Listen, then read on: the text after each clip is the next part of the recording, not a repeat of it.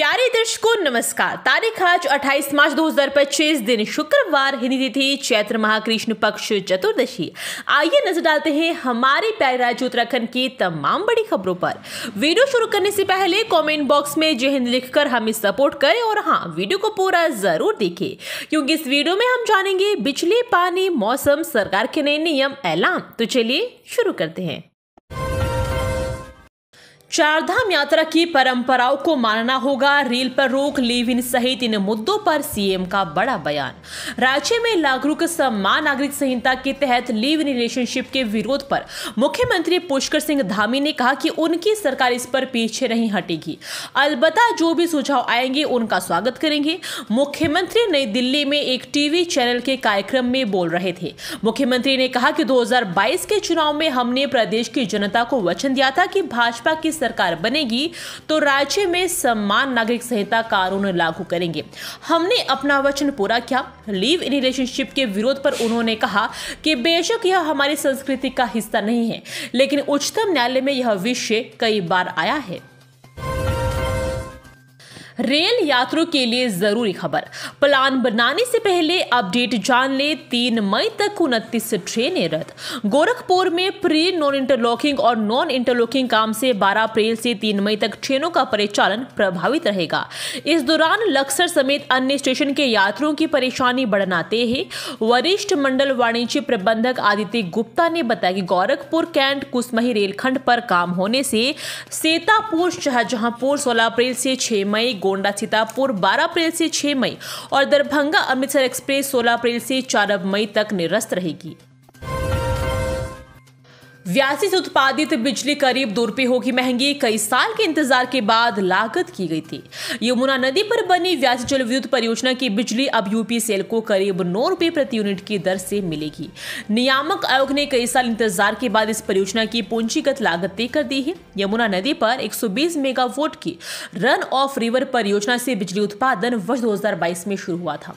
UJVNL ने परियोजना पूरी होने के बाद इसकी पूंजीगत लागत 1916.79 करोड़ रुपए मंजूर करने के लिए उत्तराखंड विद्युत नियामक आयोग में रेट फाइल की थी।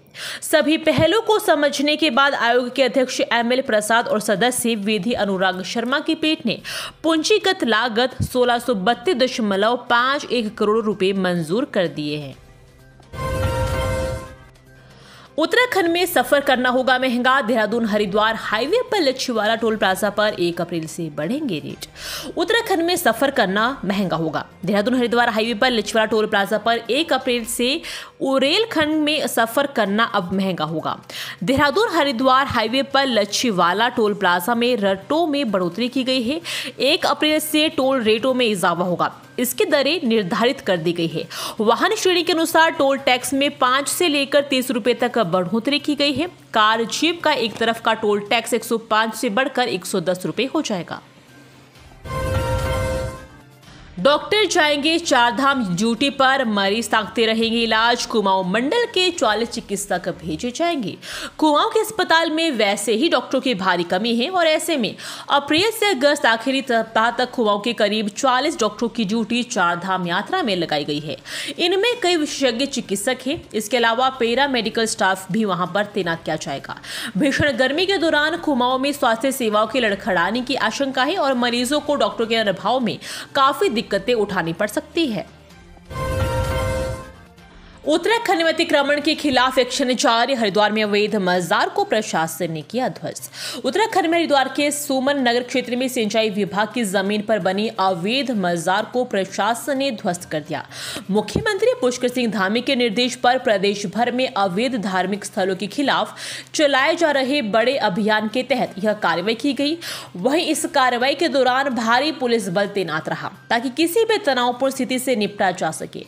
मौके पर एसडीएम अजय समेत अन्य प्रशासनिक अधिकारी भी मौजूद रहे।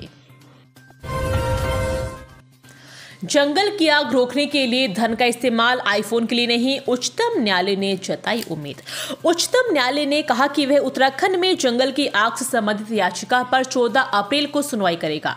इससे पहले राज्य ने कहा कि उसने ऐसी घटनाओं को रोकने के लिए कदम उठाए हैं। उत्तराखंड सरकार की ओर से पेश वकील ने न्यायमूर्ति BR गवई और न्यायमूर्ति ऑगस्टिन जॉर्ज मसीह की पीठ को बताया कि इस मुद्दे पर बैठकें आयोजित की गई थी और केंद्रीय पर्यावरण, वन और जलवायु परिवर्तन मंत्रालय को एक प्रस्ताव भी भेजा गया था। लावारिस कुत्तों का आतंक, एक दिन में 39 लोगों को काटा, टीका लगवाने को अस्पताल में लगी भीड़। लावारिस कुत्तों ने एक बार फिर एक दिन में 39 लोगों पर हमला करके घायल कर दिया। सिविल अस्पताल में एंटी रेबिस टीका लगवाने के लिए लोगों की भीड़ लगी रही। वहीं आए दिन कुत्तों के हमले से लोगों में नगर निगम के खिलाफ नाराजगी है। लोगों ने लावारिस कुत्तों से निजात दिलाने की मांग की है। रुड़की और देहात क्षेत्र में रोजाना लावारिस कुत्ते लोगों पर हमला कर रहे हैं। ऐसे में लोगों का घरों से बाहर निकलना भी मुश्किल हो रहा है। वहीं लोग बच्चों को अकेले घर से भी बाहर भेजने से बच रहे हैं। लावारिस कुत्तों के रोजाना बड़ी संख्या में केस सिविल अस्पताल भी पहुंच रहे हैं। बुधवार को लावारिस कुत्तों ने एक ही दिन में 39 लोगों पर हमला किया है। हमले में घायल कई लोगों के शरीर पर 3 से 4 निशान थे। ठग सोसाइटी संचालकों के खिलाफ रेड कॉर्नर नोटिस जारी कराने के निर्देश, देश से बाहर भाग आने की भी आशंका। छोटी जमा योजनाओं में लोगों को इकट्ठा किए गए करोड़ों ठगने वाले Loni urban multi state credit and thrift cooperative society के संचालकों के देश से बाहर भागने की आशंका है। इसके लिए ADG कानून व्यवस्था V मुरुगेशन ने लुक आउट सर्कुलर और रेड कॉर्नर नोटिस भी जारी कराने के निर्देश दिए हैं। युवक ने किशोरी से कई बार किया दुष्कर्म, 4 महीने की गर्भवती हुई पीड़िता, तब सामने आया सच। किशोरी के साथ युवक ने कई बार दुष्कर्म किया। इसका पता परिजनों को इस वक्त लगा जब वह पेट में दर्द की शिकायत करने लगी। जांच कराई तो पता चला कि किशोरी 4 माह की गर्भवती है। परिजनों की शिकायत पर आरोपी के खिलाफ शहर कोतवाली में मुकदमा दर्ज किया गया है। शहर कोतवाल चंद्रभान सिंह अधिकारी ने बताया कि आरोपी की तलाश की जा रही है। परिजनों ने पुलिस को बताया कि उनकी बेटी 16 वर्ष की है। गत 20 मार्च की रात उसके पेट में दर्द हुआ। परिजन उसे अस्पताल लेकर गए तो पता चला कि वह गर्भवती है। बेटी से जब उन्होंने पूछा तो तब पता चला कि उनके मकान की ऊपरी मंजिल पर रहने वाला युवक उसके साथ दुष्कर्म करता है। रुड़की में दिन दहाड़े वारदात, घर में घुसे बदमाशों ने महिलाओं से की मारपीट। और फिर उत्तराखंड में रुड़की की मंगलोर कोतवाली क्षेत्र के आकाशदीप एन्क्लेव में दिन दहाड़े की बड़ी वारदात हो गई, जहां 3 बदमाशों ने घर में घुसकर महिलाओं के साथ मारपीट की, साथ ही लाखों रुपए की नकदी एवं जेवरात लूट लिए। वहीं पीड़ित परिवार के द्वारा संबंधित मामले में पुलिस को तहरीर दी गई है, जिसके बाद पुलिस मामले की जांच में जुट गई है। आपको बता दें कि मूल रूप से उत्तर प्रदेश निवासी आशीष कुमार त्यागी, जो कि अपने परिवार सहित मंगलोर कोतवाली क्षेत्र के आकाशदीप एन्क्लेव फेज 2 में अपना मकान बना रहे हैं, उन्होंने बताया कि वे मंगलवार रात अपने गांव गए थे। इस दौरान घर में उनकी मां, पत्नी और बहन थी। बुधवार सुबह करीब 3 बजे उनकी पत्नी को घर में कुछ सामान गिराने की आवाज आई तो उन्होंने उठकर देखा कि 3 बदमाश घर में घुस गए हैं। घर में मौजूद महिलाओं ने उनका विरोध किया तो उन्होंने महिलाओं से मारपीट कर डाली और आतंकित करते हुए घर में लगभग 2.25 लाख रुपए नकद, सोने के जेवर जिसकी कीमत 30 से 31 लाख रुपए बताई, लेकर फरार हो गए। वहीं बदमाशों के जाने के बाद मामले की जानकारी आशीष त्यागी की पत्नी ने उन्हें और पड़ोसियों को दी, जिसके बाद मोहल्ले में अफरा तफरी का माहौल पैदा हो गया और फिर इसकी सूचना मंगलोर कोतवाली पुलिस को दी गई।